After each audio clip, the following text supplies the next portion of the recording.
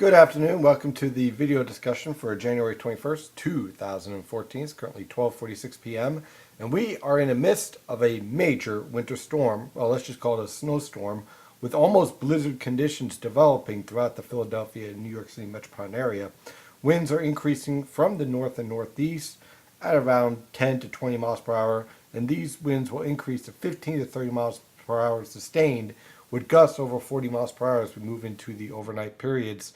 This winter storm is definitely already overperforming and will likely continue to do so, and I'll explain what aspects in the forecast are going to be changing as a result with the snow map I have out, and I'm going to show you what you could expect moving forward.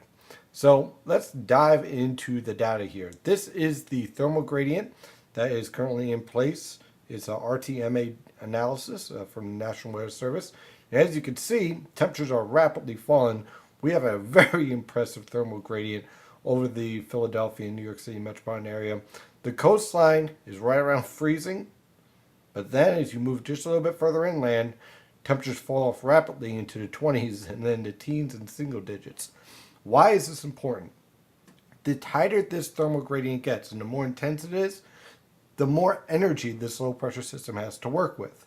So the tighter this gradient gets over the next several hours, and it's getting more and more intense as temperatures fall over the southern New Jersey area into the 20s, but our temperatures are going to remain in the 40s over the Atlantic, the 40s and 50s, and yes, even the 60s. So this type of 30 to 40 degree gradient over the coastal plain is basically what gives you all your energy and power to drive this storm and lead to significant what's called bombogenesis, which is a real word. Trust me, I had to take it in meteorology class. It was not fun to learn the definition, but basically what it is a pressure is 3 millibars pressure fall per hour. So basically, when you see an area low pressure drop 3 millibars in an hour, that's called bombogenesis, and that's basically where a low pressure system is rapidly intensifying, and that leads to very heavy precipitation just to the north and west of that low pressure system. As far as the winds, you can see they're already starting to increase from the north and the northeast, anywhere from 8 miles per hour all the way up to 28 miles per hour. And those winds are going to be increasing throughout the day as our low pressure system starts to get itself organized. Here we have the latest radar from the National Weather Service, and you can start to see this is kind of zoomed out here. So this is the composite, and you can see that we're getting heavy snowfall starting to develop from Philadelphia, basically southeastern Pennsylvania, actually you can go all the way back to Maryland, all the way through central and southern New Jersey, and just south of Long Island. When we zoom in a bit and we take a look at the New York City radar here, the Philadelphia radar, you can see very impressive banding developing basically from northern Delaware all the way up through Philadelphia and into central New Jersey, right over Monmouth County.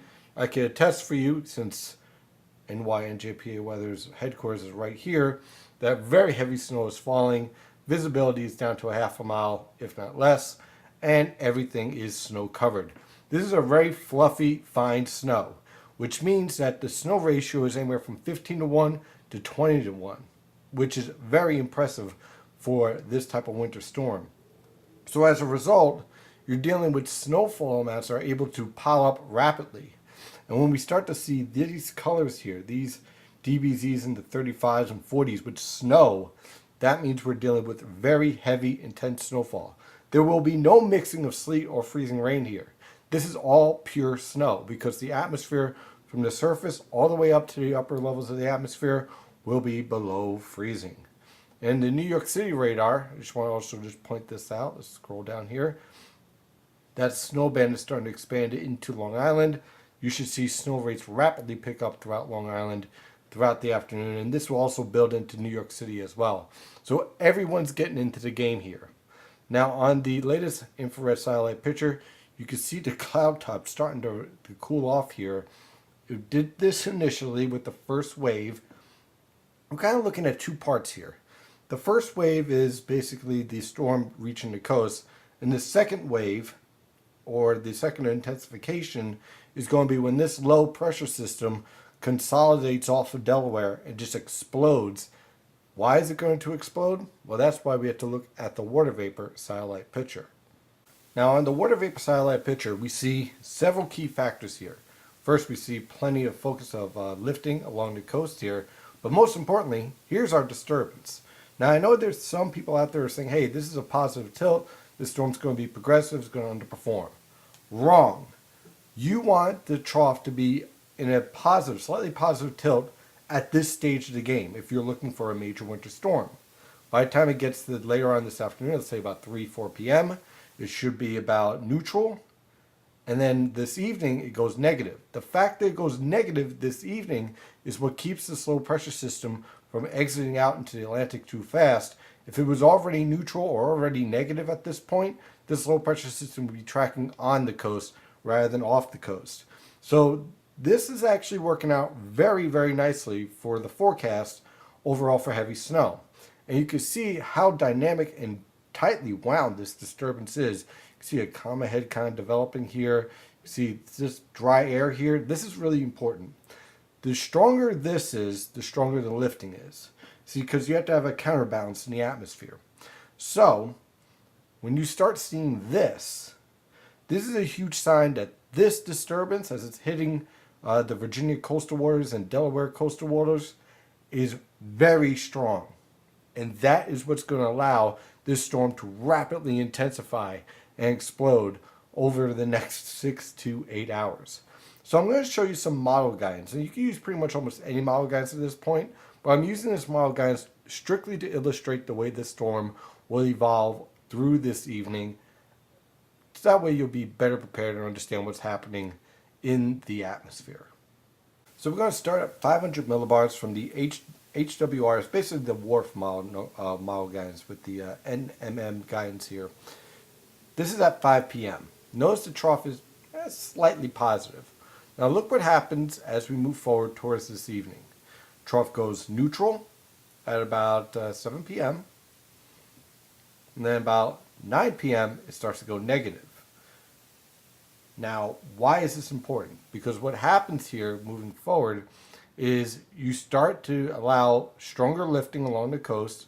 You have divergence and diffluence, and it pulls the low pressure system closer to the coast. This is what allows the storm to intensify rapidly, so that by 1 a.m., the trough is negative, the low pressure system is still south and east of Long Island, and you're getting very heavy snowfall that will exit from west to east from this point on, from 1 a.m. on, so that by 4 or 5 a.m. the storm is over. But this is when you want the trough to go negative to support this type of snow event. At 700 millibars, a little bit lower in the atmosphere, at about the same time period around 7 p.m., I want to kind of zoom in on this. This is called omega. The stronger omega is, the more negative it is, the more lifting there is in the atmosphere. And all the model guidance are focusing on the strongest lifting, basically setting up from northeast Maryland through central New Jersey, including Philadelphia, and including New York City, all of Long Island, and southern Connecticut. So this is where you're going to have the best potential to see very intense snow banding, and also the potential for thunder snow, because the atmosphere is going to become highly unstable. So with this evolving and with this showing up on almost all the model guidance, you have to consider the factors here that your best potential for snowfall amounts over a foot will be in these locations, from basically, let's say, northeastern Maryland through southeastern Pennsylvania, much of central New Jersey, northeastern New Jersey, the New York City Metro and Long Island, and coastal Connecticut. Now notice, as far as the humidity is concerned, at 700 millibars, we see a huge drop off over the interior. And that's why in the snow forecast, I have a rapid drop off in the snowfall amounts as you're moving north and west. Because I think this storm is clearly going to be focused towards the coast. And so with all that lifting developing along the coast, the snow bands over the interior are going to start to become more and more ragged as sinking air starts to influence the northern interior more so than the coast. And then finally, We're going to jump to the forecast a little bit too early. Let's go to 850 millibars. This is the 850 millibar low this evening. This is really important because moving forward, this low pressure system starts to intensify. And what I'm looking for as this low pressure system is intensifying is for the heaviest bands to set up basically where 700 millibar omega is setting up. So you have two factors here that are enhancing the storm to support very heavy snowfall lining up right over coastal Connecticut, Long Island, New York City Metro, northeastern Jersey, central Jersey, southeastern Pennsylvania. Basically what I'm looking for are when the temperatures at 850 millibars are between -6 and -10. That's where you typically see the heaviest snowfall, and that is basically where we're lining up the setup for 850 millibars. Finally, I want to just show you the forecasted radar. You can see how this all evolves here, okay? Here we are now. Let's zoom in a little bit. As the storm evolves, you can see how the precipitation shield is going to pivot. Now you notice how as it's pivoting, it goes a little bit more in a ragged form as far as the precipitation shield. The reason why the model guidance is doing that is because it's trying to pick up where the best banding is going to be. And so what you're going to end up with is very intense snow, then a lull. Very intense storm, then a lull. So you're basically dealing with these waves of very heavy snowfall. And that's why there's such a large gradient in the potential for heavy snowfall from 7 inches all the way up to 16, maybe even 18 inches. And I'm going to talk about that in just a moment. But finally, I just also want to show, as far as the pressure, because that trough goes negative tilt around 1 a.m., here's our low pressure system, rapidly intensifying down to 992 millibars. And then moving forward, it starts to slowly exit. By the time we get to about 4 a.m., almost all of this snow is done. So the worst of this snowstorm is basically now all the way on through 1 a.m. Wednesday morning. So in terms of the forecast, this is all pretty much working out as expected. We're really starting to kickstart the heavier snowfall a little bit earlier than what I thought, but still we're looking at the worst conditions from 5 p.m. this afternoon through 1 a.m. tonight, and that's when the winds are going to be very strong, the snow is going to be very heavy, visibility is just going to be very poor. Now as far as the snowfall totals, I still like the forecast up here, 1 to 3 inches for the northern interior, 2 to 5 inches around Hartford, back through northwestern New Jersey. In the pink area, which includes Allentown, Lancaster, York, looking at 4 to 8 inches. York might actually exceed 8 inches here based on the latest banding that's starting to develop, but that's going to be short-lived. So I don't think a lot of areas are going to exceed 8 inches, but we'll watch out for that. Now, here's where it gets interesting. In basically the purple and the red areas, especially the red areas, we're definitely going to exceed 7 inches. I think at this point now, this whole area, the purple and red, Philadelphia, southeastern Pennsylvania, all of central and southern New Jersey, northeastern New Jersey, Long Island, New York City, coastal Connecticut. Everyone here is going to be exceeding 8 inches without a problem. There is a potential, if the banding sets up just right, considering how high the snow ratios are, that someone is going to push 16, 17, 18 inches out of this storm. It's definitely a possibility, especially if we get thunder snow.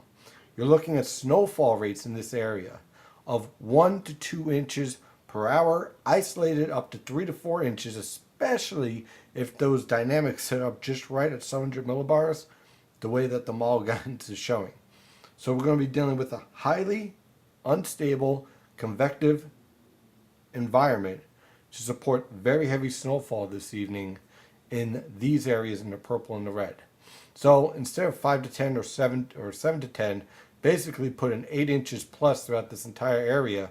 And you want to go with that range of 8 inches to as much as 18, primarily because of the banding involved here. Like I was showing in the model guidance, some areas will get trapped in that lighter snow and get topped off at 8 to 10. Other areas get stuck under those very heavy bands and this snow just piles up. So this evening is going to be very bad for, for driving, and I would suggest not being out on the roadways after 5 p.m. In fact, I'd probably be advising people to get off the roadways now, as this storm really kicks into high gear. Well, I'm your meteorologist, Stephen DiMartino. I hope this video gave you some insight on this storm moving forward, as I'll be doing live coverage throughout the day and updating exactly what's going on with this storm. Thank you for following NYNJPA weather. You can follow the latest weather information at nynjpaweather.com and NYNJPA weather on Twitter, Facebook, Google+, and LinkedIn. As always, stay safe out there.